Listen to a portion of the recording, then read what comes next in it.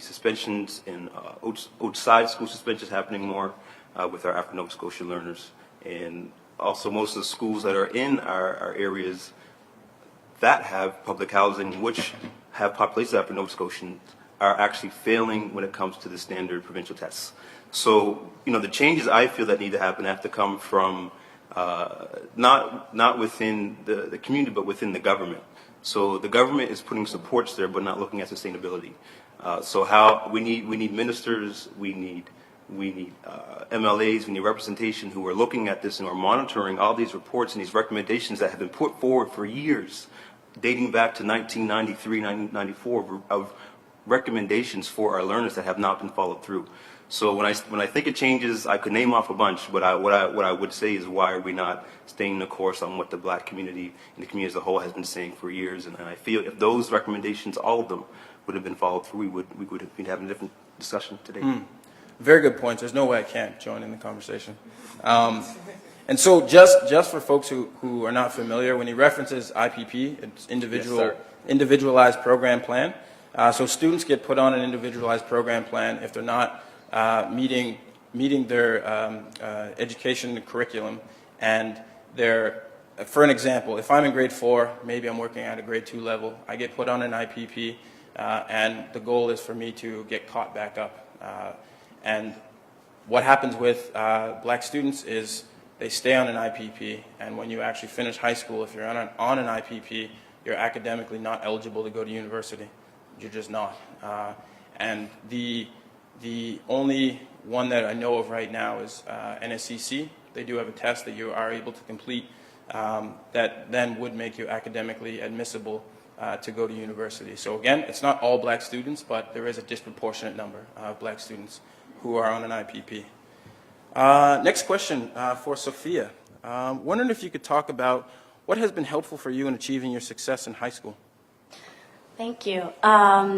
There's been a lot of different things that have gone into the successes that I've had so far in high school. There's been high points, there's been low points, but there's been a lot. So definitely the first thing that I would say is that for me personally, when I'm doing work or doing a project, it's always about going the extra step and going above and beyond, which is something that my parents are always on me for and making sure that I'm always doing, which can sometimes get tiring, and it's hard to put 100% into everything you do, but it definitely helps you in the long run.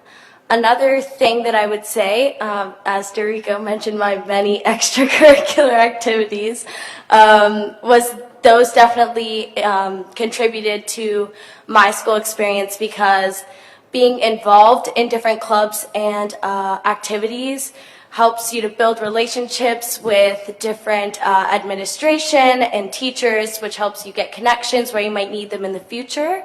And they're things that I think all students really enjoy. So those are definitely the things that I would say. Thank you. Chanae, what has been some of your biggest challenges during your experience in the education system?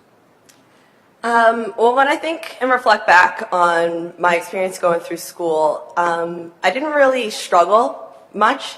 What really happened was that I didn't really fit in with like the Black girls, and I didn't really fit in with the white girls, because I was doing very well. I had really good grades. I was participating in a lot of extracurricular activities, and I was basically looked at acting white because I was doing these extra things and going the long stride. But I wouldn't find that it was the school system that was really benefiting me. It was more so the programs that are built to or meant to support African Nova Scotian learners. So when I think back through my schooling system, I think of the BEA's Cultural Enrichment Program.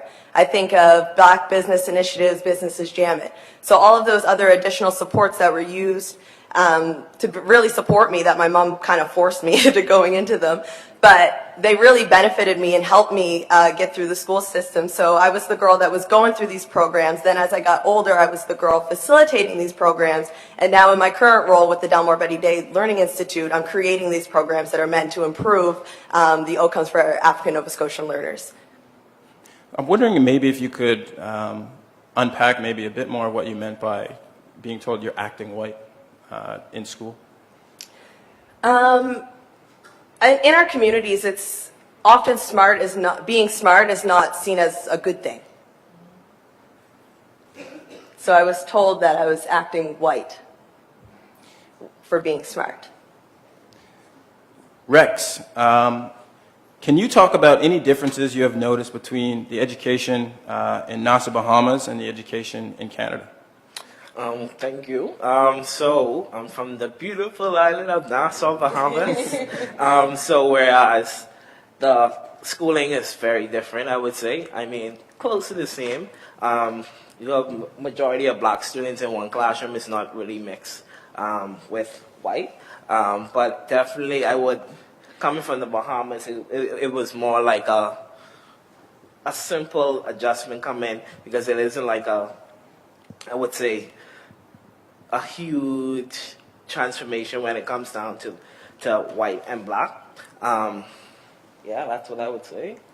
Was there a difference in terms of the color of the teachers? Did you have black teachers? Definitely. Well, all of my teachers were black, so it was really, I was like, wow.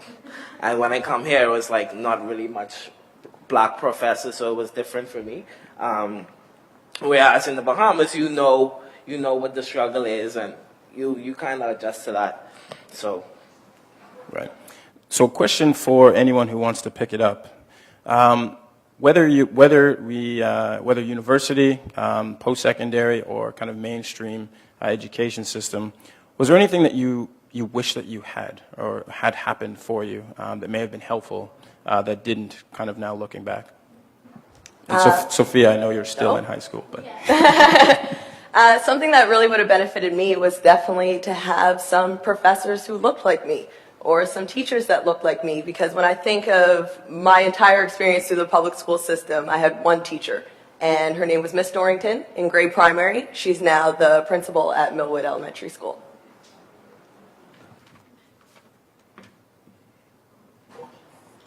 This is very formal for me because at council I have to press a button to speak. So this is I see you looking over. This for is my traumatizing. permission. This is I know, I'm looking for permission and everything. So for me, one of the things I really wish I was fortunate to go to many schools. I have a very interesting relationship with schools. I started off at St. Pat's Alexander for primary or 4+, then was trucked up to Joseph Howe for primary and half of grade 1.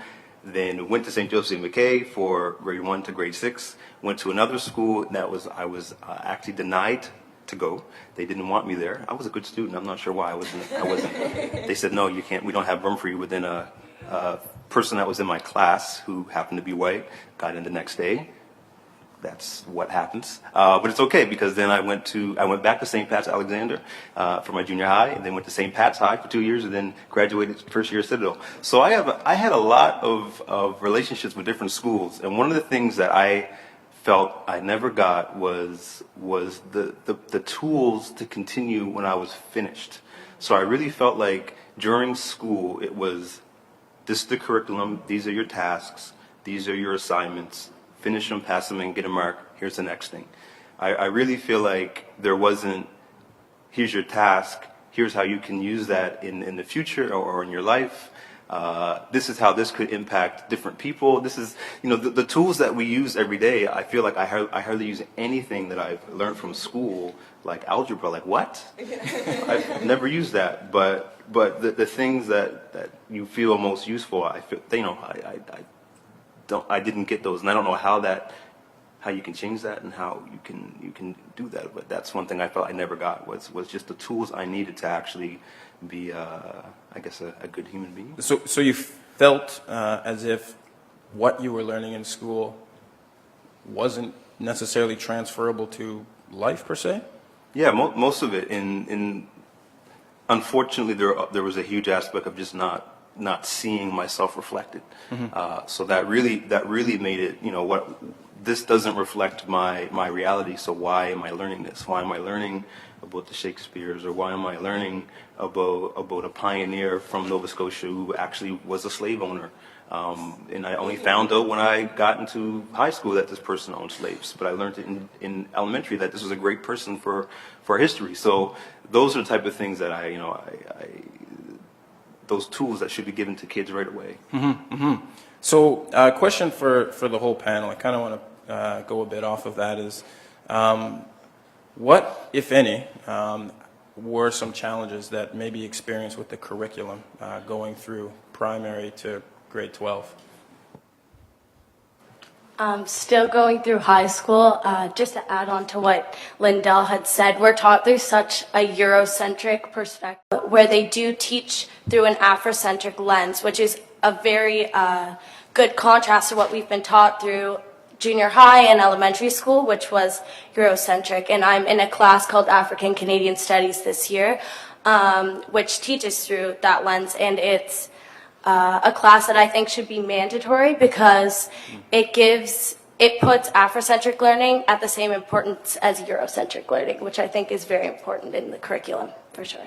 I really like your point around making African Canadian Studies a mandatory class, because oftentimes Black history or African Canadian history is kind of othered in terms of history classes within the education system. There's normal history, and then there's African Canadian history you can take, but it's actually a part of just history in general. So I really like your point around making it mandatory for students. Chanae, question for you. How do you think the educational experience for African Nova Scotian learners can either help or hinder their life trajectory? Well, I think that question is obvious, that it is hindering the trajectory of our life, because when you think of the incarceration rates, when you think of the suspension rates, when you think of the unemployment rates, it all filters back down into education. So without a good education, how are we able to excel as people? So, and when you also think of the many organizations that are in place to really support our African Nova Scotian learners, why would those be there if we're making it, if we're doing well in the education system? When you think back to what Lindell had mentioned earlier, thinking of the Black Report from 1994, this was 25 years ago. We're experiencing the exact same things as we were in 25 years ago. Nothing's changed with regards to the achievement gap. So I think that we really need to look at our policies and procedures in the education system so that is inclusive of our communities and our values. And I feel like this is a hot question. Does anyone else on the panel want to take a go at it? Can you just repeat the question once more? Absolutely. How do you think the educational experience for African Nova Scotian or Black learners can help or hinder their life trajectory? Well, I would say that for me, I would speak on myself.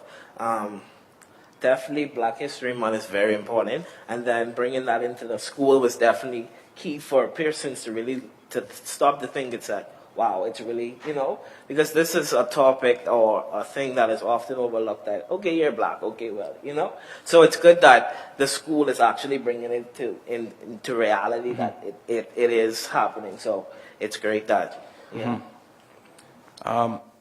So I wanted to comment just on a point that Rex made in terms of Black History Month.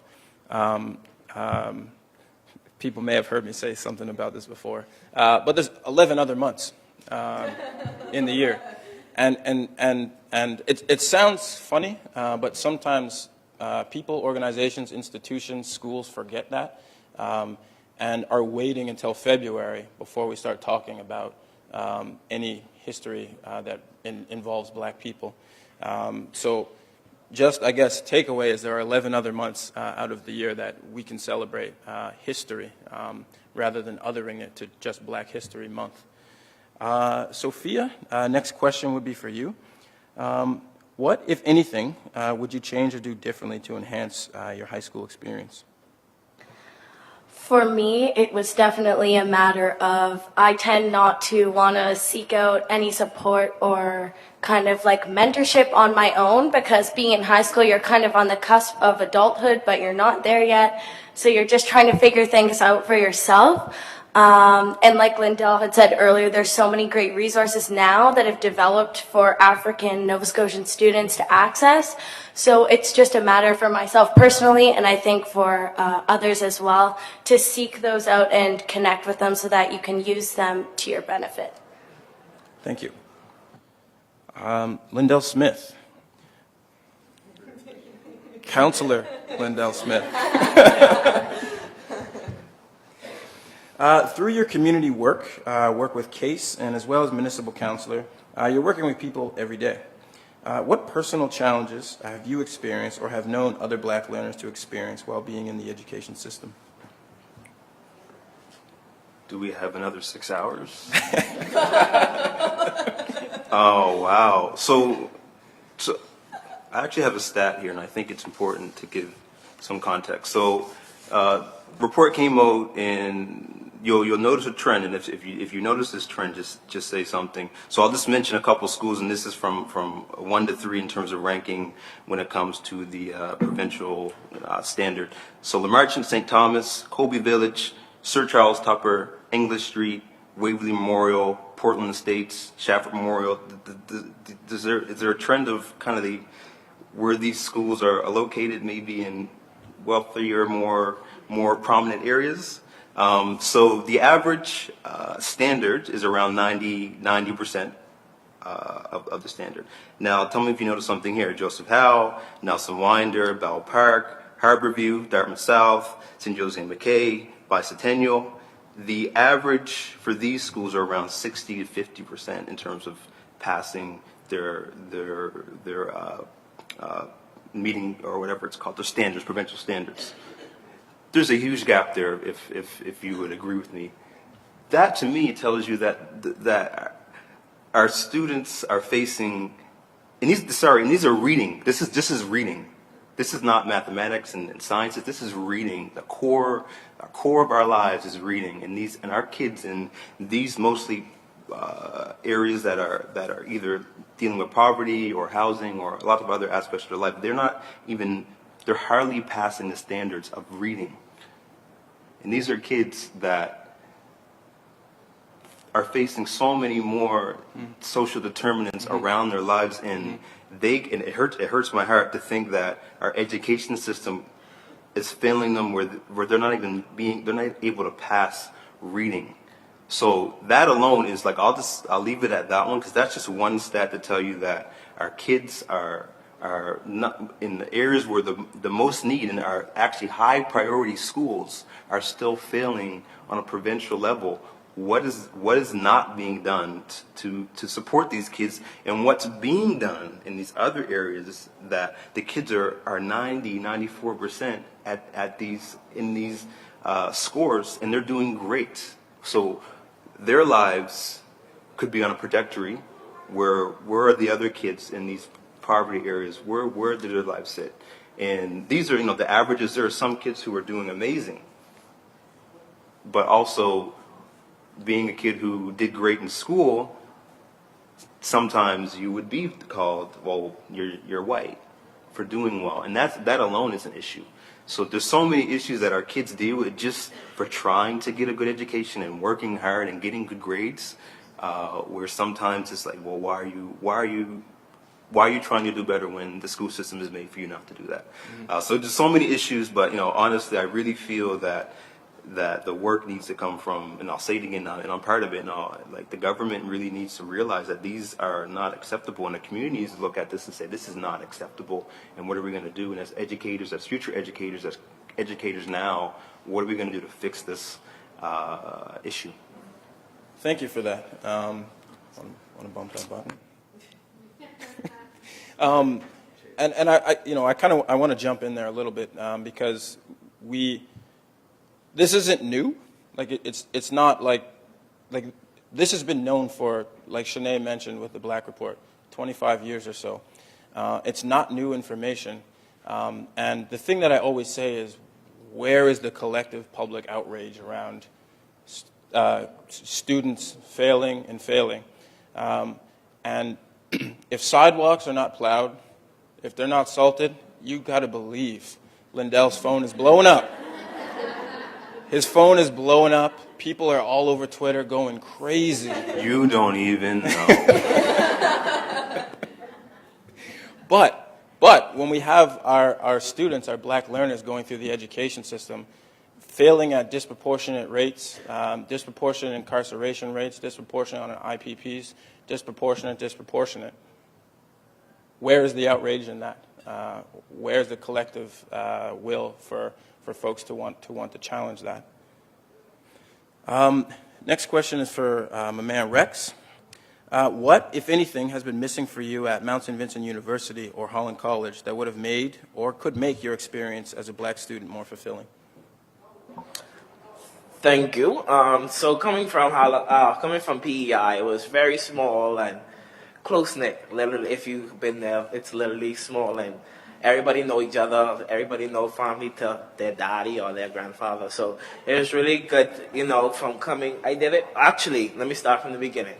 Coming from the Bahamas, I didn't want to jump in the big city right away. I just wanted to find something, small, go to a small school and small college. And from there, I really didn't see as much black support that I needed, I would say. There were international student council advisors, but there really wasn't no black support group, anything on campus. So that I was like, okay, well, it really didn't, But I came here to Halifax. To the big city, so I see diversity, and I've definitely experienced diversity here at the Mount. However, there is some things that's been missed. I haven't seen really. Through my classes here, I took about 20 classes here so far, and literally I only had one black prof, so it was like. But overall, I would say diversity was very good here. That's basically, I just would like see more black profs, I would say. But yeah. Good point. I also win here, so I second that. Great. This is a question for the entire panel and whoever wants to jump in.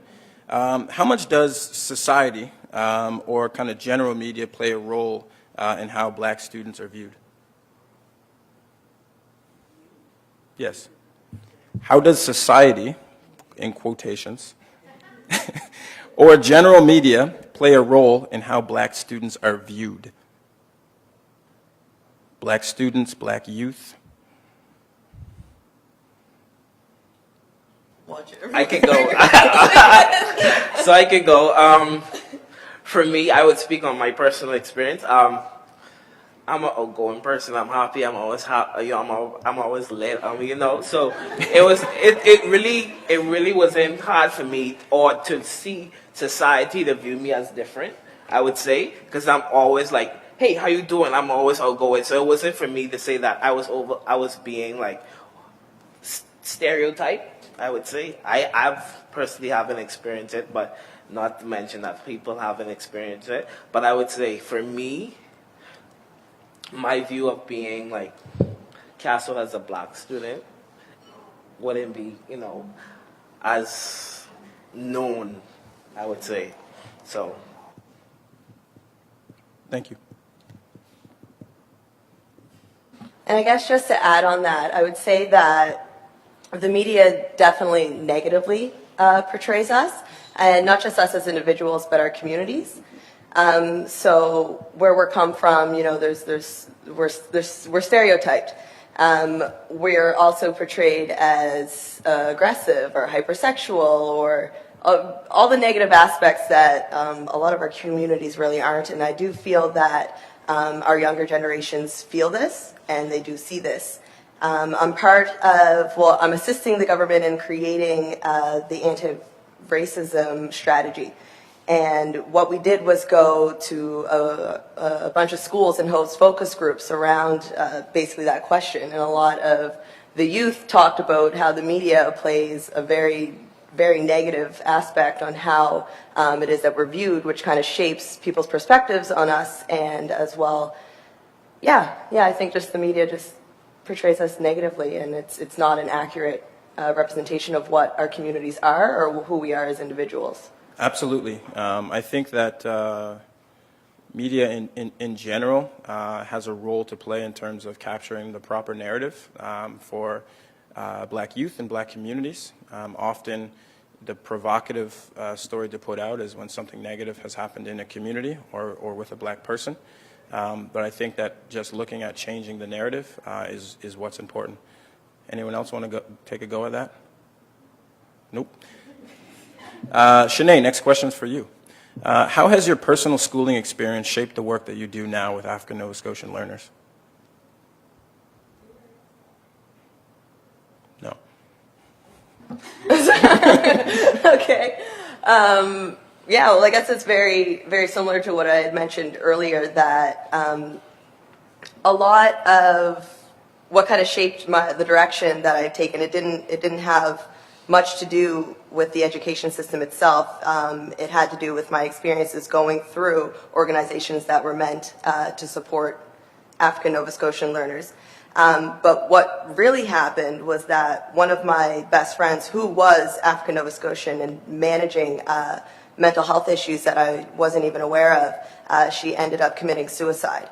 So that really what made me go into social work, because I wanted to better help my communities and the people that are in them that are having similar struggles and being negatively affected by mental health.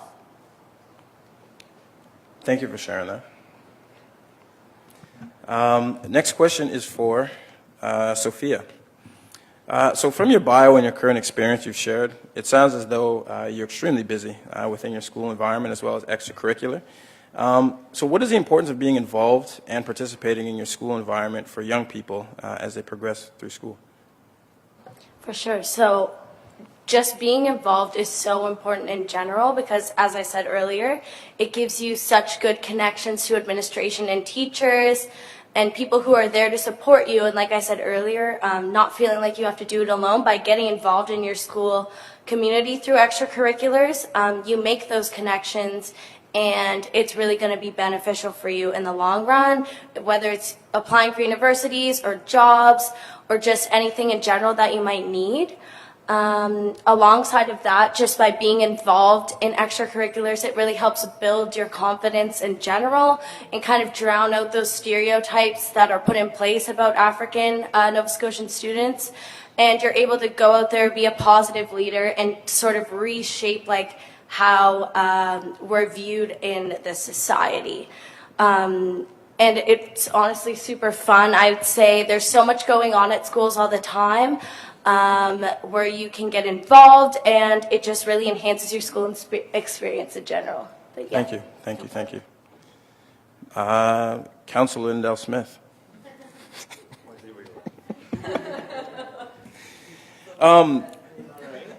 So as a municipal councilor, I'm wondering if there's anything that you're able to share with us that you've already actioned or you're thinking about actioning through council that may be helpful for African Nova Scotian learners in the school system. So that's a hard one because, so no, I'll just answer it straight off. Because the school system is provincial, it's governed by the provincial body, so there's really nothing the city can do other than we have supplementary educational funding, which is through tax dollars, so that supports arts programs. So places like All City Music, if you're familiar with them, like they changed their name. If any of you are representing them, I'm sorry, I forget what your current name is. But they do like the violin classes and the choir, like Girls Honor Choir. My daughter's in Girls Honor Choir, so we support that through tax dollars directly. But what I do in my role as counselor is I go to schools all the time. There's a teacher here that I'll be visiting a classroom soon. I try to get to two schools a month. Because I feel in my role I can at least expose youth, kids to what my role in government is, and hopefully in the future they can understand that we work for them, the government is theirs, and they should be able to participate in it. And for me, in my role that's outside of my work with the case, I feel that's the best way I can impact is to go to schools and talk about my work that I do, but also expose them to other aspects of the government, and hopefully they get curious and want to move forward. Thank you. I tried to sneak some information out of you, but appreciate it. Rex, So I know here at MSVU you're extremely involved. I know you're very popular. And so I'm wondering if maybe there's anything that folks from the international or Bohemian community maybe have shared with you that they're like, man, Rex, like, this really sucks here at the school. Maybe not that way, but you know.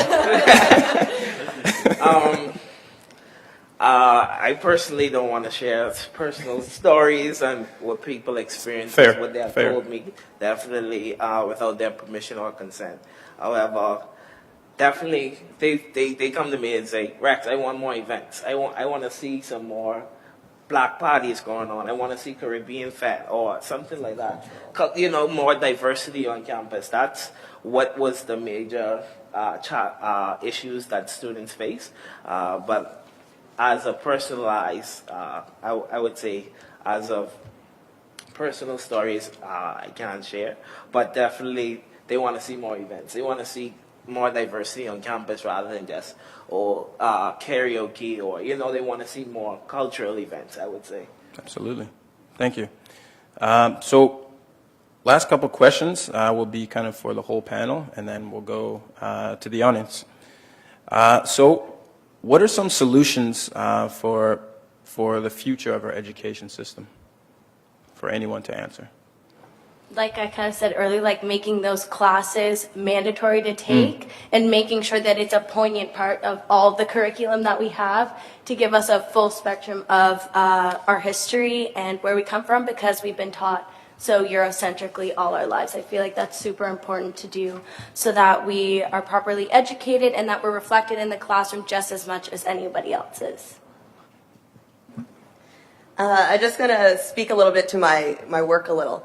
So as the coordinator of youth projects and initiatives, what we're getting ready to do with the Delmore Buddy Daye Learning Institute is to host regional summits. So basically we're going around the province to engage with schools and to really unpack some of the challenges and barriers that they're facing as African Nova Scotian learners. And we're having those learners propose resolutions to a panel of participants, which will essentially be the Deputy Minister of Education, the superintendents. So we're hoping that some resolutions or some suggested resolutions come out of those discussions. I would like to say that for the Hmong community at large, I would say that bringing more the Black History Month on campus, you know. You see how they give us the shortest month of the year, but it's okay. But I would see, like, every week I want to see the Black support, like, group give out something. Because honestly, if I'm the white community, I don't know what's going on, you know? So if it was like booth set up around campus that you can actually see, like, okay, this is what's going on, and this is what the Black people, you know, like different stuff that can go on around campus just to keep that awareness and that adrenaline alive, I would say, just so that people know that, okay, this is not only we're Black, you know. So more stuff that can happen, not just for Black History Month, but for more throughout the year, I would like to see. Rex, my boss is here. Sorry.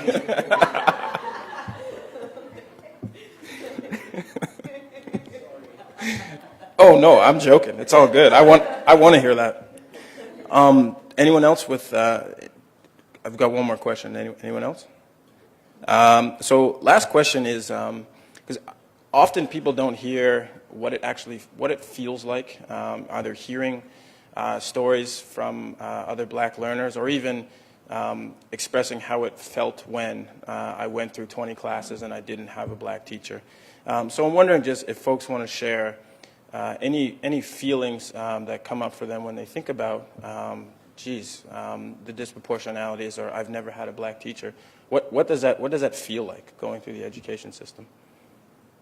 Honestly, at this point, it really doesn't feel like anything anymore because I've gone through my whole school year, or all of my years. I haven't had one Black teacher, I don't think. In elementary school, there were times when I was the only Black student, or I was one of two, and it just started to become normal, which is a big problem in itself, where we need to be more reflected. And so honestly, for me, speaking from my experience, I don't feel really anything. It just feels normal now. Yeah.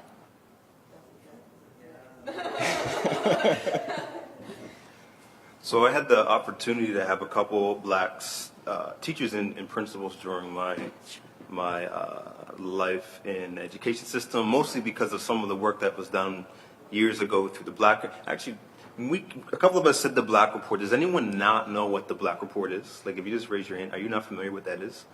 So really quickly for the folks who don't know, so the Black Report was created by a group of community members, African Nova Scotian community. I can't name them all. Black Learners Advisory Committee. I see somebody here, and I'm not going to point out who's been involved with a lot of that work, even not that work, but work in the Black community. I don't want to age you, but you've been doing you've been holding the community down for a long time. So the Black Report put forward recommendations that create a case. So the council that gives advice to the Minister of Education that created the recommendation to create the Black Student Support Workers, to create the Delmore Buddy Day Learning Institute. At the beginning it was ALI, that turned to Delmore Buddy Day Learning Institute, and also the oh my goodness, African Nova Scotian support workers. No. What's the department called? African Nova Scotian. Yeah. So a lot of the African Nova Scotian supports that were put through came from the Black Report, but that also the Black Report didn't end, because I got a list here of all the reports that were done on our community, where all the recommendations seem to not be complete. And where did I put that at? Because I think it's important that if you're a future educator or you're curious, to know that there's a lot of data and information that's been since 1994. So it's the Black Report on Education. The Reality Check was in 2009. The Review of Services for African Nova Scotian Learners was 2014. Education Action Plan Renew, Refocus, and Rebuild, which had African Nova Scotian aspects in it. There was the Nova Scotia Assessment and Examination Results for Students of African Descent. Raise the Bar, which kind of talked about all these reports. So all these things are recommendations for the African Nova Scotian community and education, and for some reason we're still not reaching the levels that we should be, and where there's still that gap. I forget what the question was, but I'm just saying there's a lot of work that's being done. You do you. Go ahead. So what was the question? I'm sorry. It was about feelings. Okay, yeah, so my feeling, goodness gracious, these politicians, eh?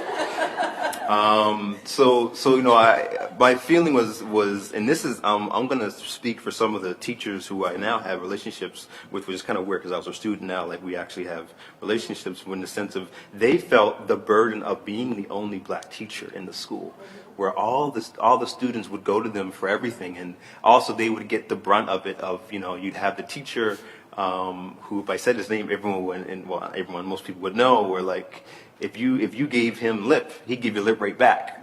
And that's what we're used to as a community. So kids that's how they would show their love. Is like, oh, I know I can go to this teacher and vent. He'll give me lip back. That's what I'm used to at home. So he'll give me that, and I'll feel that anxiety go down. So, seeing these teachers who carry that burden of being the only Black teacher, being the only support in a school, I know for them, I can feel that there's also that pressure, and for the students to know at least they have somebody, but to only know they only have one person, I guess that feeling can be difficult. So let's stay with this just for a second, because I feel that you may have put a lot on your shoulders as being elected successfully as Black councilor in a number of years, and the only Black councilor on the Halifax Regional Municipal Council right now. So anything you'd like to share about that experience? So I feel that you may be able to empathize a bit with the teachers that you just mentioned. Yeah. Since the beginning in this role, I made it a priority of mine to really break the barrier of what a politician means. So, sometimes I'll go to visit youth or in schools, and I'll have a suit and a blazer, or sometimes I'll go in a sweater and sneakers. Because I want two things to happen. One, to break the barrier of what it means to be a politician, but also for you to know that there are people in leadership roles who do care about their issues and are there to support them. So, when I think of my role, the pressure is, at the beginning, I was the Black counselor. It was nationally, internationally, I was known as the Black counselor. But I didn't allow that to take away from, I wasn't elected by all Black people. I was elected by a majority of all of the community. So, that pressure was there, but I didn't allow it to take away from the work that needs to be done, which is to make sure that the voices who don't get represented, the voices that don't get represented are represented through government. I'm sorry, people. All good. So before we move to the audience, is there anything that folks wanted to share that maybe I didn't get a chance to ask, or any thoughts that are coming up that people want to share? I just would like to add something. To back on Sophia's point when she talked about how does it feel about not having a black prof. Honestly, it doesn't faze me at all. I come to university just for education. I don't care about the color of the prof, So it wasn't a big difference for me just because I must go on web advisor or I must go and rate my professor. Oh my gosh, he's black. Let me take. No, it's not that. So I feel as if that it doesn't faze me, not at all. So if we're gonna go to the crowd, if anyone has questions, so I'll have the microphone. Just raise your hand, and I'll come over to you if you'd like to ask a question.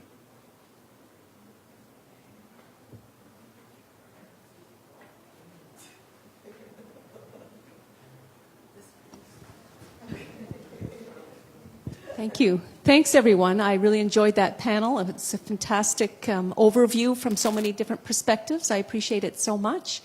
I had a question as a professor here at the Mount in the Faculty of Education, and I guess perhaps the only person of African descent on faculty, at least in the Faculty of Education. I wondered if you had any comments, either four of you who could respond to this.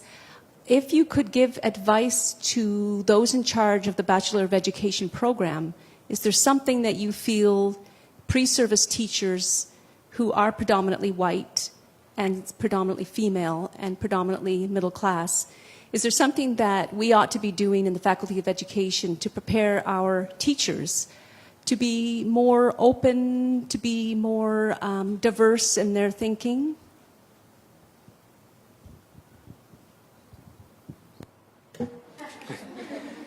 I don't want to be the one to always talk. Thank you for the question. So for me, I think one of the recommendation I would give, I think every person who is educating within Nova Scotia or going through the system to be an educator should read the Black Report, because that alone gives you a full picture of the historic issues that the black community has faced, and opens your eyes, because that has first-hand stories from parents who were talking about the education system from their student and parent view. But then, after reading the Black Report, going forward and either in reading like the Raise the Bar or the Reality Check Report, which kind of talks about where the recommendations from the Black Report are, what's happened, and what's going on. To me, just those two documents would give any educator an inside look of what needs to be done for the community, because it's still relevant today. The data still shows that nothing has really changed in terms of that achievement gap. So for me, that would be my first thing, and then obviously is getting out to the community, listening to panelists, being part of community organizations, getting on boards, whatever it might mean to be part of those communities. But just as an educational piece, those two reports, Reality Check Report and the Black Report, would give you pretty much a full view of what the history of education for black learners in our system. So my answer would be somewhat similar to Lindell's. I told you I kind of have to jump in the conversation. Is not only getting the research aspect and learning the history of the education system, but also getting out into the community. Right. Seeing what's going on, staying in touch with what's happening locally in the communities as well as nationally across Canada, because it all affects what's going on in your classroom. And if you think that the students that are coming to the classroom aren't talking about what just happened on the weekend when the police officer did such and such to their family, it'd be naive to think so. So I think that staying in touch with what's happening in the community, getting out to events, getting involved on boards, and being being curious in terms of asking questions, wanting to know what's going on, being genuinely curious.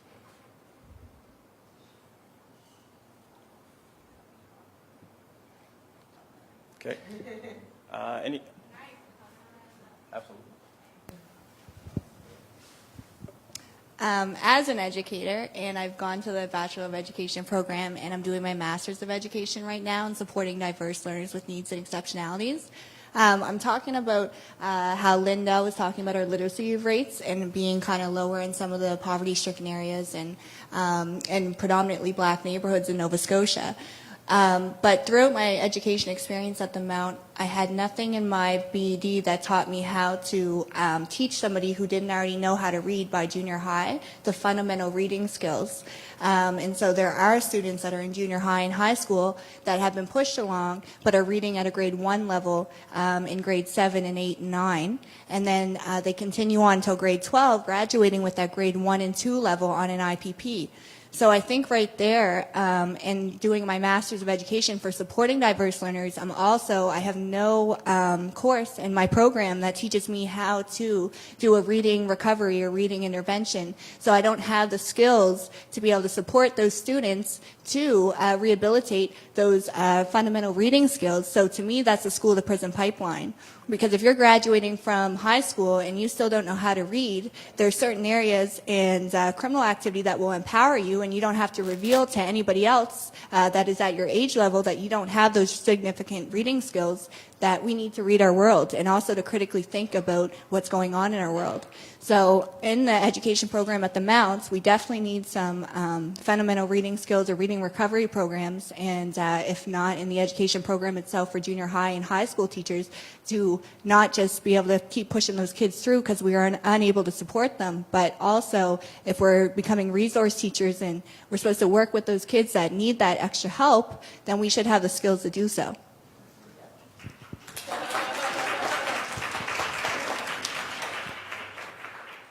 Very good points. Any other questions from the crowd? Not everyone at once.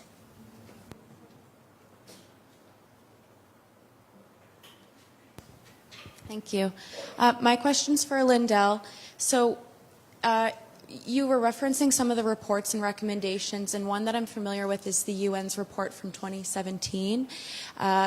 And it's a very long title. I don't quite remember it specifically. But it basically talked about the African-Canadian experience. And at the top of their list of recommendations was an apology from the Government of Canada. And as far as I'm aware, we haven't received that apology. And so I've written letters, and I've gotten my students to write letters. But from someone who sits in the political sphere, is a letter the best that we can do? Or how do we kind of enact action? I feel like there's a gap in my knowledge of what I want to happen and what I know to do to make it happen. So thank you. That's a great point. So within that UN report, the recommendation was that because of what happened with Africville and what's currently happening with the environment with our African Nova Scotian communities, land and poverty, and et cetera, they recommended that the government, our Prime Minister, apologize. Now, this is something that community has been asking for a long time, and I think letters are very important because letters are physical, and they do reach the destination. If I know within municipal and provincial government, sending letters is very powerful because it has to be documented and it has to be accepted as correspondence. I'm not sure at the federal level, but the more people who send these letters, the more people who have the conversations, the more people who do the lobbying, I think shows when you only have, and I'll use my experience when you only have 2 or 3 people or maybe a small group of folks talking about an issue, it's really easy for the government to say, oh, it's only a small amount of people over here in the corner that are complaining. We can not think about that. But when you have communities from all over Canada who are saying that you need to look at the injustices that are happening, it's hard to ignore. And I feel like we haven't seen in my lifetime, and I could be wrong, but in my lifetime, that real mobilization of we as a community want an apology, but more importantly, we want the Band-Aid to stop being put on our communities. Example, there was a budget that went out last year that said that, I forget how much, 10 million or so dollars are going to be made for youth of African descent. And I think Nova Scotia might have got $2 or $3 million out of that pot. That is a Band-Aid that doesn't, when Nova Scotia has the oldest black communities in Canada. History goes back to early 1700s. So, $3 million, $2 million is not going to go far because we have many communities that are all over Nova Scotia that focus on, that are black. So all that to say, it takes a community, but it also takes government, people within the government, to tap on that person's shoulder and say, hey, I think this is something you should pay attention to. And to my knowledge, there hasn't been that internal group of government saying this is what we want. So it's unfortunate. Thank you. Any other questions? Jeez. Did I see a hand?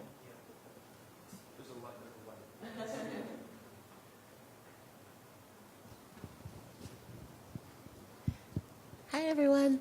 Kind of a two-parter question. I got here a little late. My apologies. I might have missed when everyone kind of went over it. But on a personal, first part, personal question, how did you, because each one of you kind of mentioned that you were the first to kind of do something, or the only person in your class, or coming here and kind of being new type deal.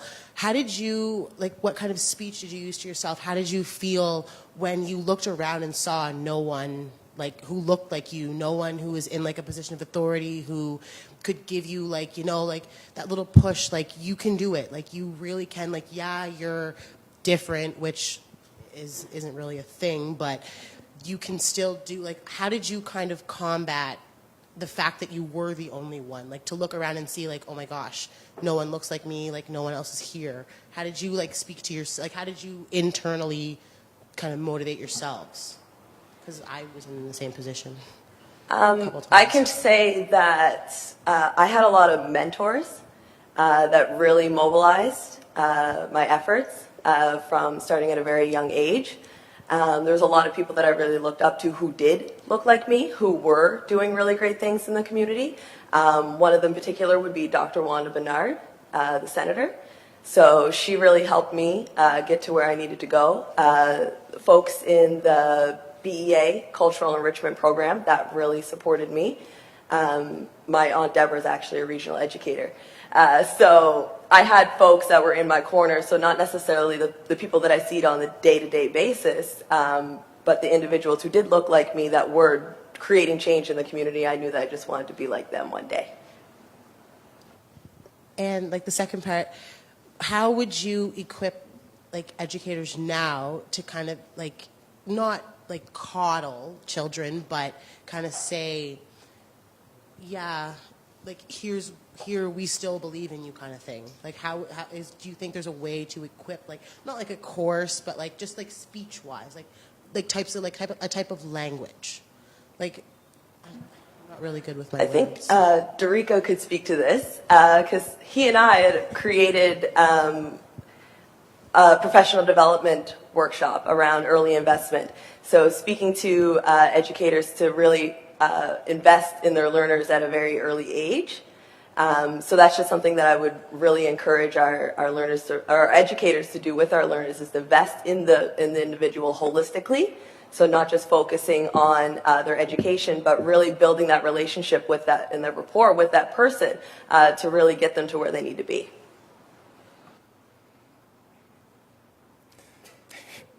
I'll mention a few things just about your point is what we were looking at, and I can't say I understand because I'm not a teacher, but I can empathize with the fact that you've got a large amount of students, but trying to get to know the students, their interests, maybe some things that they're into outside of the classroom rather than just a student body coming into your class, and I think actually investing in the student as the person rather than the student as just the student is investing in them holistically, and I think that you see that payoff down the road and down the road. However, it does, I think that in terms of like the mindset, and it's not all teachers, certainly not, and it's the system. There just needs to be a bit of a cultural kind of paradigm shift around thinking in terms of our students to change some of the disproportionalities that were mentioned. It's a good question. Other questions from the crowd?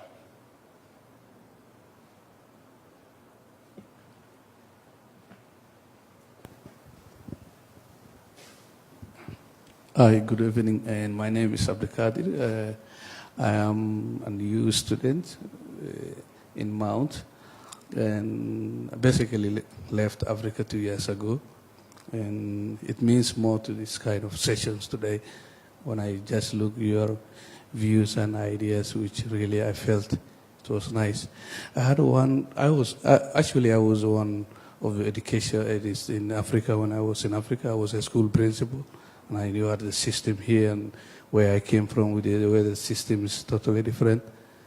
But I have one question that I want you guys at least to give me an idea of what we were talking about tonight. The question is, do you think the family perspective, the full role of a family or the role of the society would also bring change in the education system here in Nova Scotia? Thank you.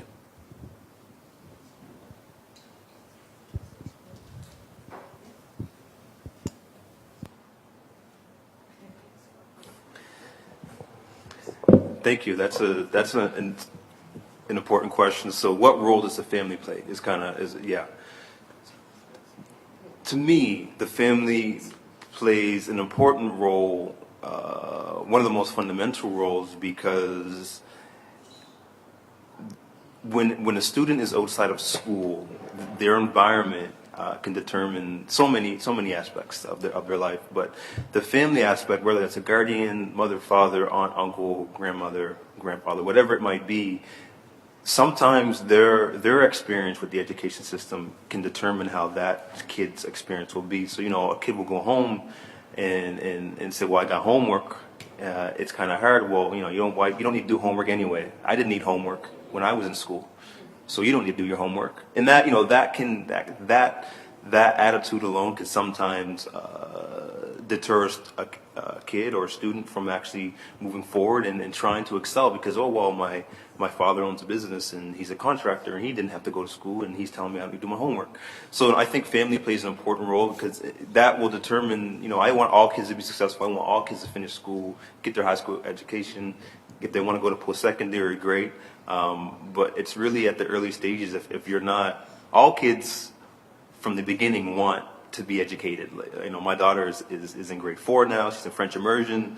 She still loves school, and I continue to push that into her. But as you get older, obviously, you start to hate it, and it's just natural. So part of the family's role is to continue to encourage that excitement of education. Like what made you excited when you were in primary to when now you're in grade 11?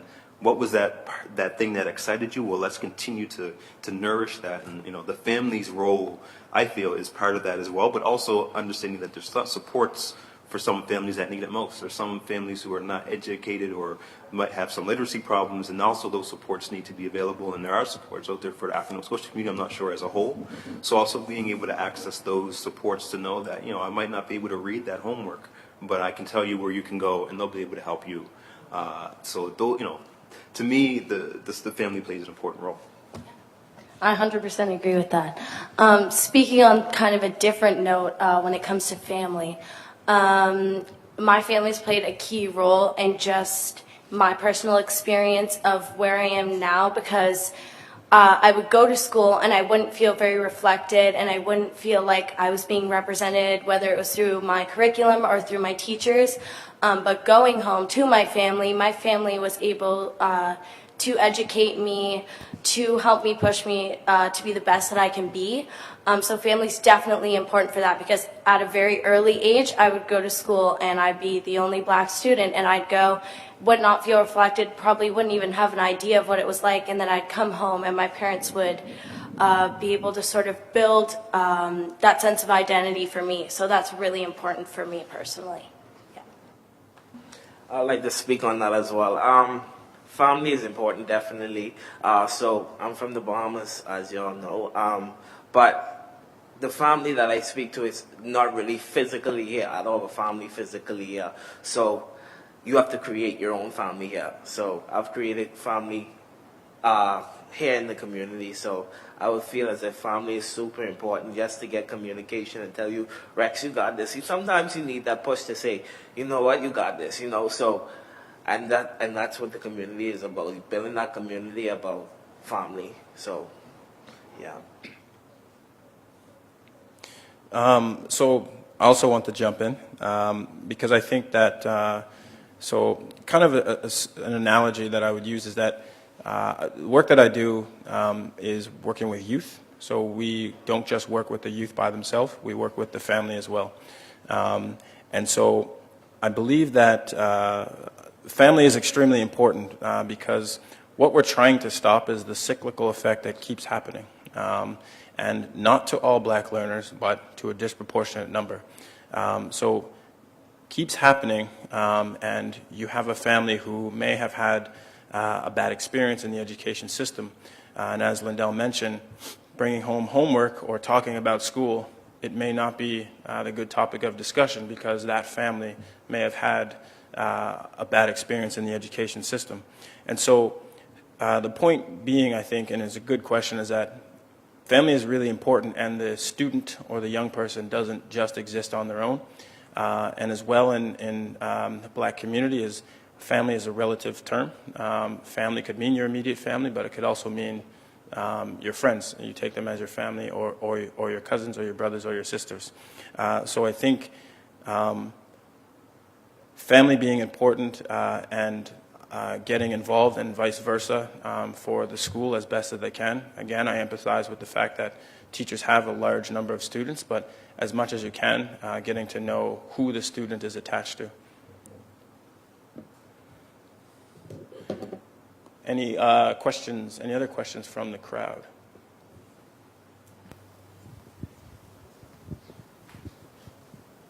You sort of answered my question already, but just to add on to what you were saying, I'm from the Bahamas as well, and I'm not an educator myself, but my sister's in a primary school educator, and she teaches at a critical level where at grade 3 we have GLAD exam. I'm not sure what it would be equivalent to here, but it's like an exam to see where you're at, to see if you can go on to the next level.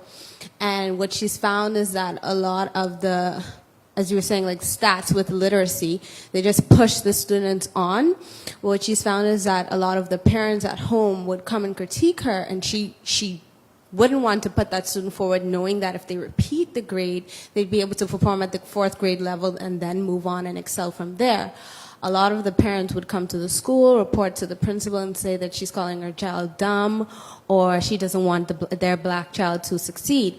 How would you, as an educator, I guess, motivate yourself to continue forward with students with parents in the system not wanting their child to succeed, but you as educator wanting to see the child succeed and not being able to do anything because of the parents stopping it?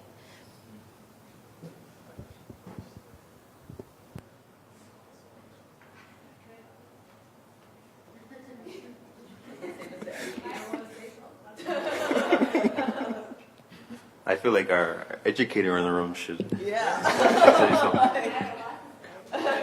So I can't speak from a school perspective. Yeah, that's great. So I can't speak from a school perspective, but I've done a lot of work with parents and youth around just schooling, not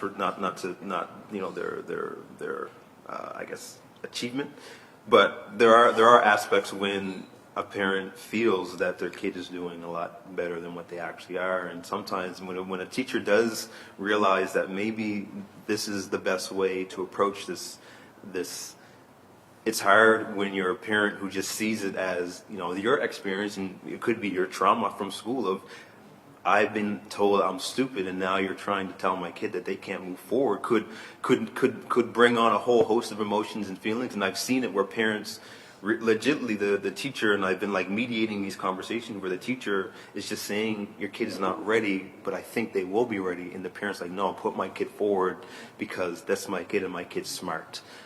So, I couldn't imagine being a teacher in that situation where you know that you could be setting that kid up for future failure, but the parent is saying, well, no, don't do that. So I don't know, maybe you as an educator, you might want to. Well, going back to the Black report and the large number of IPPs and the Black students who were on IPPs definitely caused a certain mistrust with the education system from our Black families. And I don't blame them. And so then, but in results, like you said, there are some parents that refuse to put their children on IPPs without actually looking on to what kind of evidence we have to suggest that they should be on an individualized program plan, because they're actually designed to focus on the student's strengths and build on those strengths so that they can catch up with the grade level. And that's what they're intended to do, but the problem is that the students are staying on them for so long because, like I said, we don't have, as educators, the tools. For instance, I have a grade 7 right now who is at the grade 1 reading level, and I was never taught to teach someone how to read as a junior high and high school teacher. And even with, I'm studying to be a resource teacher or to support learners that have challenges, and I still do not have anything in my course to give me those fundamental skills to work on those fundamental reading literacy skills, which, to me, reading is the most important thing that somebody could learn. So, in result, there's parents and families that refuse to put their children on IPPs because of mistrust of the education system, because of the history there.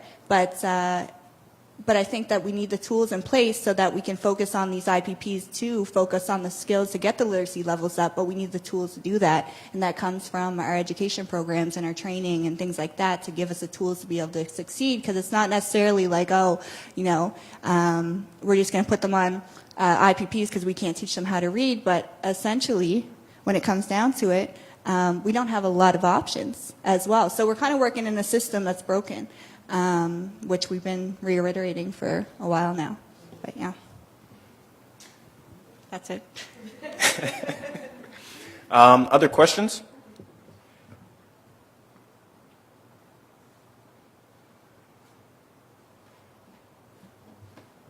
Going once? Okay. So if there are no more questions, we will conclude.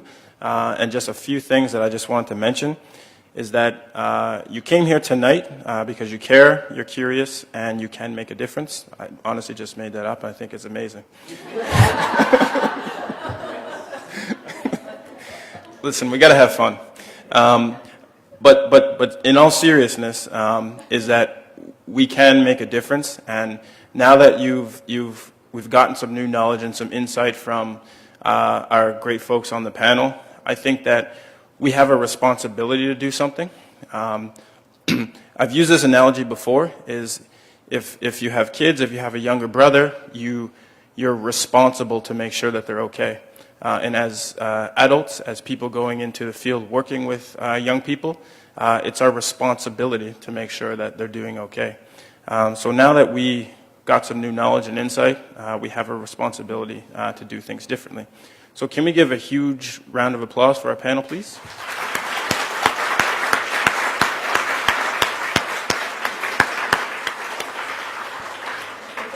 And Vinny's isn't closing down, so if you want to hang out and chat with the panel, feel free. But thanks a lot for coming out.